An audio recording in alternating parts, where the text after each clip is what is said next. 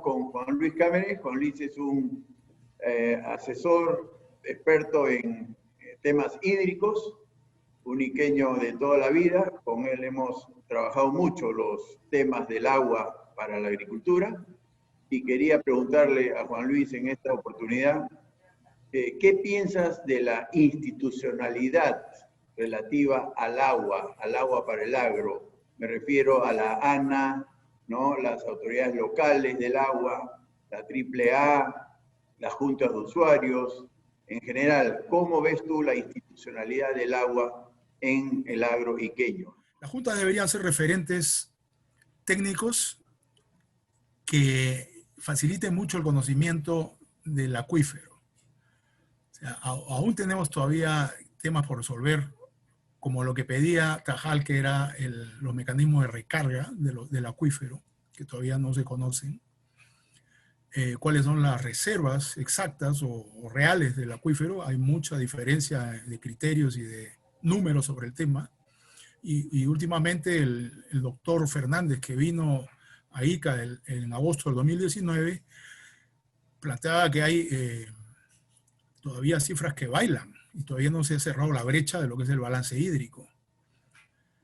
El doctor Custodio, que vino en el 2017, planteaba lo siguiente, que debía conocerse el balance hídrico, sobre todo de las aguas subterráneas, en conjunto y sobre todo de las aguas subterráneas. El balance hídrico está, señores, en el 2017. ¿No?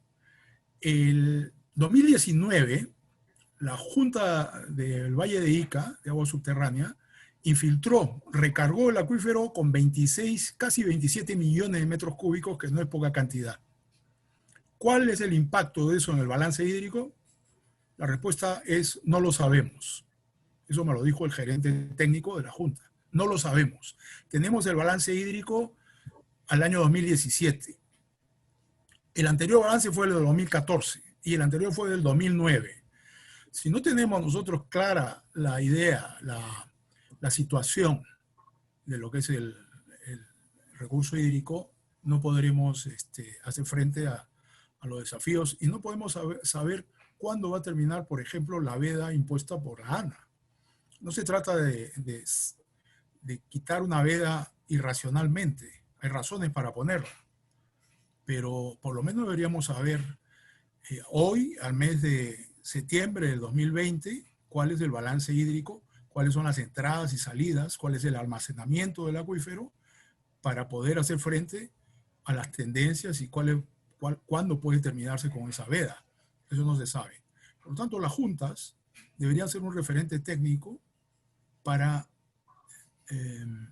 cerrar esa falta de información, ¿no? Eso como primera cuestión. Sin ese conocimiento técnico es muy difícil tener pues un plan de acción para resolver estos problemas, ¿no? Entonces hay una pérdida ahí, yo creo, de visión sobre el tema. Lo que se ha logrado o lo que se quiere lograr es traer más agua para Ica. Bueno, pero si no sabemos no sabemos administrar el agua que viene cada año por el río Ica, durante 3 o 4 meses, ¿cómo vamos a poder administrar mayor agua que venga para Ica?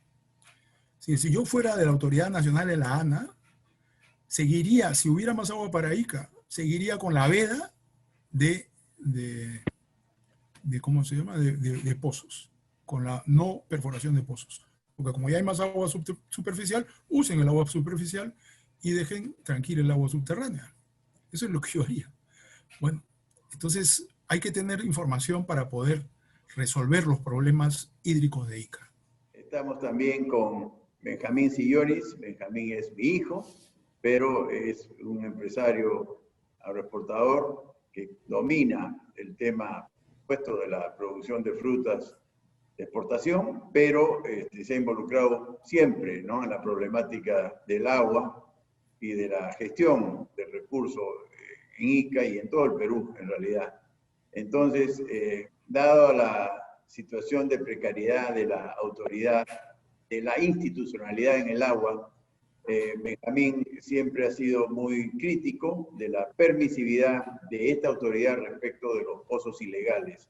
¿Qué podrías comentar al respecto, Benjamín? ¿Qué se debe hacer con el tema de los pozos, las licencias y, por supuesto, la sanción de los que han incumplido la ley en este aspecto? Bueno, el ANA pues tiene bastantes problemas para ejecutar la propia veda que ellos han impuesto, ya sea por un tema de voluntades o un tema de capacidades, ¿no? Desde el punto de vista de voluntad, ellos tendrían que hacer un seguimiento bastante exhaustivo a los equipos de perforación que uno se encuentra en el camino, pero independientemente de eso, tienen muy pocas herramientas para realmente ejercer la autoridad que ellos debieran ejercer, ¿no? Esta veda básicamente está siendo cumplida por empresarios formales y dentro de los formales además por los respetuosos con la ley. Y cuando uno hace una denuncia, quienes no son pegados a la ley tienen muchas herramientas para sacarle la vuelta a la norma, ya sea judicializando o incluso no permitiendo el ingreso del ANA. Para uno poder entrar a un predio y hacer un control físico, tienes que poder entrar. Entonces obviamente el ilegal simplemente te cierra las puertas y el ANA no cuenta con el apoyo ya sea de la policía o de la fiscalía para poder siquiera hacer esas inspecciones, ¿no? Entonces hoy en día lamentablemente la perforación de pozos ilegales se ha desbocado de una manera impresionante y se ha desatado una carrera por ver quién es el más avesado, ¿no? Pero lamentablemente hasta el día de hoy, a pesar de que llevamos muchísimos años en veda, no ha habido un cierre, digamos, visual o de que dé un mensaje de un pozo ilegal.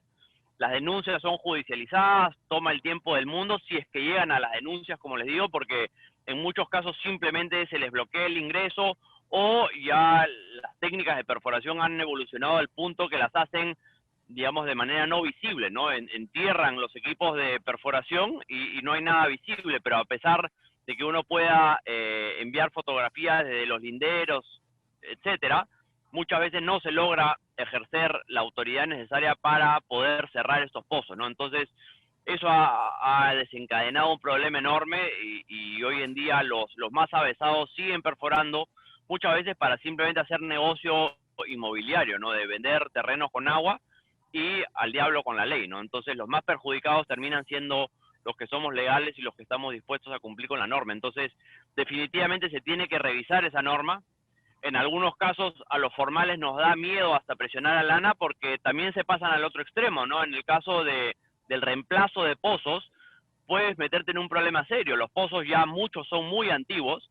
Si tienes un problema serio con el pozo, teóricamente uno le tiene que pedir permiso al ANA para reemplazar el pozo y sabe Dios cuándo te van a dar ese permiso, ¿no? Entonces, casi que algunos tienen miedo de pedirle mayor eficiencia a la ANA porque también se pasan al otro extremo. Te pueden prohibir lo que no debiera estar prohibido. Entonces, estamos en un nudo, porque por un lado queremos que se cumplan las normas y por otro lado a veces se ejecutan normas sin mayor sentido, ¿no? Y creo que hay también una desconexión de la realidad con lo que quieren plantear tanto el Ministerio de Agricultura como el Ministerio del Ambiente, a veces pidiendo cosas que podrán tener buenas intenciones, pero que al final tienen un resultado negativo, ¿no? Lo último que necesitamos es que proliferen los pozos ilegales, entonces hay que ver la forma de que quienes son formales tengan las facilidades para operar y veamos la forma de solucionar la sobreexplotación del acuífero, ¿no? Pero definitivamente el ANA no está logrando el objetivo de controlar esta situación de sobreexplotación. Seguimos con la cuadratura del círculo, ¿no? Y hemos estado conversando muy brevemente con Juan Luis Cámere. Juan Luis Cámere es un iqueño muy conocido por todos los que vivimos allá, y él se ha especializado en todos los temas hídricos y es muy crítico pues de las instituciones involucradas en el mundo del agua, el agua para riego. Y Benjamín, mi hijo, él es gerente general de Agrícola Safco, es una empresa muy importante, exporta principalmente uva de mesa y paltos, pero también otros frutales. Es un líder nacional en el mundo de la agroexportación y también como empresarios formales que son, tienen muchos problemas con las instituciones vinculadas al agua. Bueno, qué mejor que tocar estos temas con Milton Bongese, ¿no? Aparte de ser amigos de muchos años, Milton tuvo la el privilegio, y el Perú tuvo el privilegio de tenerlo como ministro de Vivienda, que ve el tema del agua potable, el tratamiento de aguas servidas, y fue ministro de Agricultura, además de muchos otros cargos públicos. Pero como ministro de Agricultura también conoce de cerca la problemática del agua para otros usos, ¿no? Entonces, bienvenido Milton. Y la primera pregunta, estamos también con Gonzalo Prealé, de IIG, así que con Milton y Gonzalo podemos redondear el análisis, ¿no? ¿Qué hacer para mejorar la gestión del agua a través de las instituciones públicas y privadas, ¿no? Porque las juntas son privadas. ¿Qué opinas, Milton? Nada, primero agradecerte a ti, Fernando, y a Gonzalo la invitación para hablar de este tema fascinante. Y yendo directamente a tu pregunta, creo que lo que está claro es que tenemos que institucionalizar de manera profesional y formal y despolitizar el manejo del agua en el Perú, a todo nivel. Yo hace pocas semanas he sido invitado por el Ministerio de Agricultura y por la ANA a discutir un poco los temas de institucionalización. Y la verdad es que los diagnósticos están claros, hay consenso entre los distintos enfoques, los que son más, tienen un enfoque más desde la perspectiva del derecho, de los que lo ven más desde la perspectiva ingenieril, los que ven más el tema con una mirada económica, y hay cosas que se tienen que hacer ya. Una primera es reforzar a la ANA, darle esa característica de autonomía, de estar fuera de uno de los sectores usuarios del agua, para darle una neutralidad y blindarla mejor de las presiones políticas. En ese sentido, debería salir del ámbito del Ministerio de Agricultura para que su directorio pueda tener esa representatividad multisectorial que todo el mundo reclama.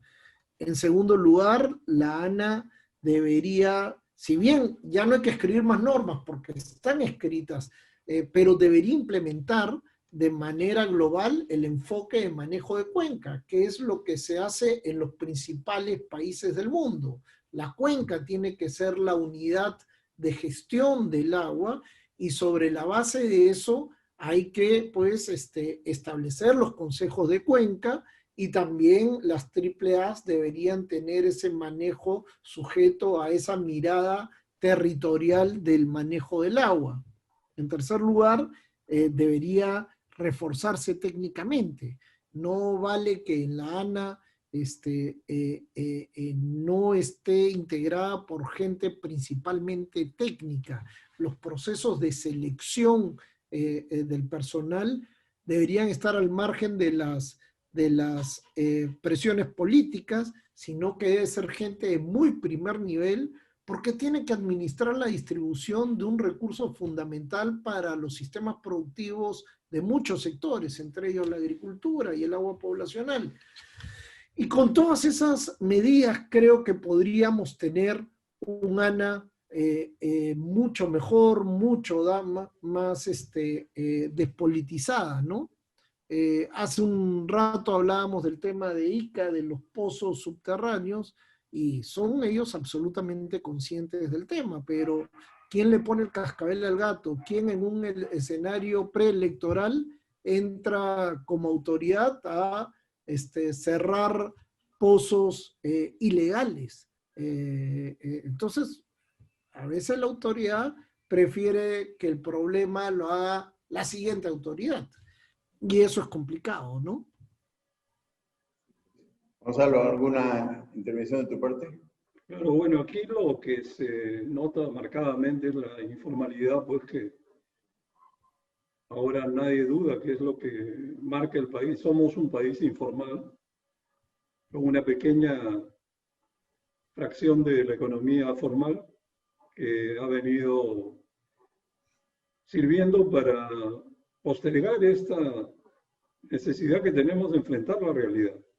Este tema del agua se repite en tantas otras cosas, por ejemplo, el uso del suelo urbano, la titulación, los certificados de posesión a invasores, el ciclo eterno de la perversión del desarrollo urbano o los microbuses, cosas de ese tipo. Ahora, en el tema del agua, Ica es, pues, en términos relativos, un emporio, es un caso, yo diría, privilegiado respecto al resto de la costa. Si en Ica se ven estos problemas, con empresas pujantes de primera línea, exportadoras, ¿cómo será el resto? El caso del cultivo del arroz en la costa, que todavía subsiste, consume cantidades enormes de agua que debieran dedicarse a otros cultivos, o las dificultades para desarrollar las irrigaciones que se han quedado en el tintero, ¿no? Como Chavimochic o la eterna historia de Majes, que parece una broma de mal gusto y no tiene visos de solución. Entonces estamos en el país de las normas que no se cumplen, las regulaciones que no se respetan. Recuerdo mucho cuando hace unos años escuchaba quejas de agricultores que decían que el agua no era gratis porque pagaban 18 soles al año por el uso de agua, que además es repartido en los valles, digamos, no en los valles de agroindustria, en los valles, la mayoría de los valles de la costa, de manera artesanal, ¿no? Entiendo que hay un individuo con una especie de madera que marca, ok, hasta aquí pasa, y me imagino que por una módica suma te deja pasar mucho más agua y terminas inundando y desperdiciando. Esta historia pues habría que encararla y parece que en el país no tenemos esa voluntad. Yo espero mucho de las próximas elecciones. Gente como Fernando podría ser lo necesario para introducir estos cambios, porque si no, vamos a seguir dando vueltas en el mismo lugar permanentemente. Qué interesante tu opinión o tu testimonio, Milton, de que acaba de estar en el Ministerio de Agricultura y ha hablado acerca de la autonomía que debe tener la ANA, ¿no?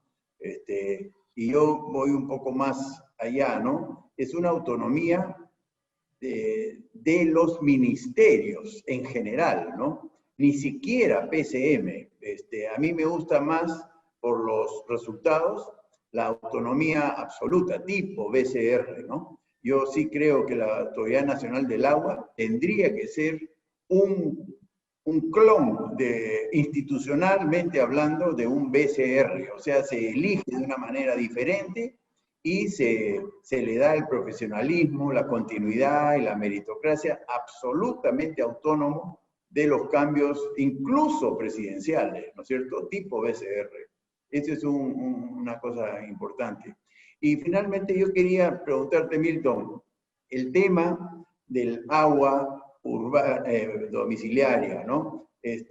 Nosotros avanzamos mucho en Ica sin que el gobierno regional tuviera vela en ese entierro, pero la verdad que cuando uno es gobernador pues puede opinar y meter su cuchara en varios espacios, y avanzamos mucho para que la OTAS, ¿no? El OTAS interviniese las 4 EPS de Ica, que son un fracaso financiero y operativo, un fracaso, ¿no? Semapach en Chincha, Emapisco en Pisco, Emapica, ¿no? Y Semapavixa en Palpinasca. Un fracaso. Y se intervino con la OTAS, ¿no? Pero la expectativa era que se fusionaran y se hiciese un concurso público de gerenciamiento del servicio, que era pues la fórmula perfecta, pero nuevamente la alternancia ministerial tan frecuente frustró y ha quedado intervenida, pero a medio camino, ¿no? ¿Cuándo vamos a poder tomar el toro por las astas en el tema del agua para uso domiciliario?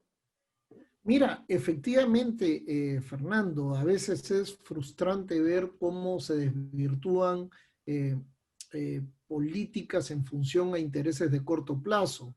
La OTAS fue creada en el gobierno anterior justamente para propiciar el cambio en el modelo de gestión para que las EPS no sean feudos de los alcaldes y de sus partidarios temporales políticos, y que veamos, como veíamos, que a cargo de la producción de agua está gente que ni siquiera ha tenido experiencia de trabajo en su vida, a veces, o con serias limitaciones profesionales y de capacidades en distintas partes de una gestión de un recurso tan fundamental como es el agua. Se creó la OTAS, y la OTAS tenía que hacer, primero, medir la eficiencia de manejo administrativo de las empresas de agua, ver que efectivamente no estén perdiendo la mitad del agua que se produce, porque a veces esa pérdida son en realidad desviaciones del circuito formal a un circuito informal. En segundo lugar, que puedan facturar esa cantidad de agua que se produce, y en tercer lugar, cobrarla. Y para eso se diseñó toda una metodología, y de hecho, cuando estaba yo todavía en la gestión de vivienda, OTAS hizo ese ejercicio y salió que de 50 EPS evaluadas, 49 estaban recontrajaladas y una estaba regular. Entonces, eso era lo que le permitía a la OTAS entrar, intervenir temporalmente en la EPS, mientras conseguía un administrador profesional para la empresa, y pudiendo en el largo plazo eso transformarse en una asociación público-privada, pero en el corto plazo meter a un operador profesional para que nos diga siquiera cómo está la empresa. Pero ya pues el presidente anterior se comprometió con los sindicatos de agua en que no iba a privatizar el agua, porque siempre se crea este cuco de que voy a privatizar el agua. Y la OTAS hoy día ni mide la eficiencia de las empresas, paró todo, más bien está haciendo algo que a mí me parece que es una salvajada, y perdónenme usar esa palabra, que es repartir plata pública a las EPS para cubrirles el mantenimiento y la limpieza de tuberías, cosa que no tiene ningún sentido. Y todo el tema de mejorar la eficiencia en la gestión, la han pasado para si ojalá algún gobierno que sigue pueda retomar la agenda. Y eso es terrible, pues, porque claro, el jefe de la OTAS queda como el héroe ante las EPS porque pasa repartiendo plata por las EPS para cubrir costos operativos que no son cubiertos por irresponsabilidad de las propias EPS. Claro. Y no miden la gestión para ver si eso está siendo saludable o no saludable. Eso realmente apena y te genera una frustración terrible, ¿no? Sí, pues. Yo quisiera comentar en este tema las EPS, incluso Sedapal. Bueno, estamos viendo la experiencia donde el Estado prevalece, donde controla el sector. La situación es dramáticamente terrible. Lo mismo pasa en salud. Ahí donde el sector privado no ha podido participar, así es, el servicio es absolutamente deficiente y no tiene esperanza de solución. Ahora, yo veo acá un camino, armar EPS de alcance regional, porque si la escala no es suficiente, no hay manera de que esto sea viable. Y en el caso de Lima, por ejemplo, Sedapal, si se lograse que se contrate gerencia e inversión a largo plazo con sector privado, no necesariamente es una APP, pero es una gerencia de largo plazo con un compromiso de inversión y metas de cobertura y de tarifas. Como hay tanta posibilidad de hacer un trabajo eficiente y reducir las pérdidas, incrementar la facturación, mejorar la cobranza, el campo para hacer ahorros y conseguir más ingresos y bajar costos es grande. Estoy convencido de que incluso en algunas zonas de Lima grandes podría haber estas empresas gestionadas por sector privado que logren bajar la tarifa y coberturar al 90-95%. 24 horas, no la historia esta de que tú tienes agua pero a veces. Y todos tienen, pero en realidad no lo tienen en serio. El otro tema es el de las redes. Si se lograse agrupar regiones, de repente se podría hacer un par de experiencias. En un grupo de regiones, un acuerdo de gobierno a gobierno solo porque están de moda, y que se dedique a armar las redes de agua y saneamiento necesarias en todo este grupo de regiones, y en otro grupo de regiones permitir iniciativa privada. Podrían haber APPs para el mismo fin, y comparemos los resultados, a ver quién lo hace mejor, en tiempo, en presupuesto. Pero esto es algo que se puede hacer. Hay que desideologizar el tema y dejar de ver la intervención privada en agua como si fuera un delito, porque el agua no es negocio. Esa es la frase que nos ha matado tanto tiempo en tantos sectores. Fernando, ¿quieres? Sí. Sí, no, la conclusión les consta. Este diseño institucional autónomo se aplica para el agua, se aplica para el tráfico, se aplica para la basura. La basura es otro caos, es otro fracaso estrepitoso de la institución municipal peruana, y se aplica para la salud, se aplica para la educación. Yo creo que el éxito del Banco Central de Reserva nos tiene que inspirar, ¿no?, acerca de replicar ese modelo institucional en todos aquellos servicios vitales del Estado, ¿no?, que por la política se están yendo al hoyo. La verdad que es muy interesante, como siempre, Milton y Gonzalo. Muchas gracias. Autonomías, ¿no?, profesionalismo, meritocracia, continuidad, de eso se trata. No solo para el agua, para muchos otros servicios vitales. Ha sido otra cuadratura del círculo. Muchísimas gracias. Nos vemos en otra oportunidad.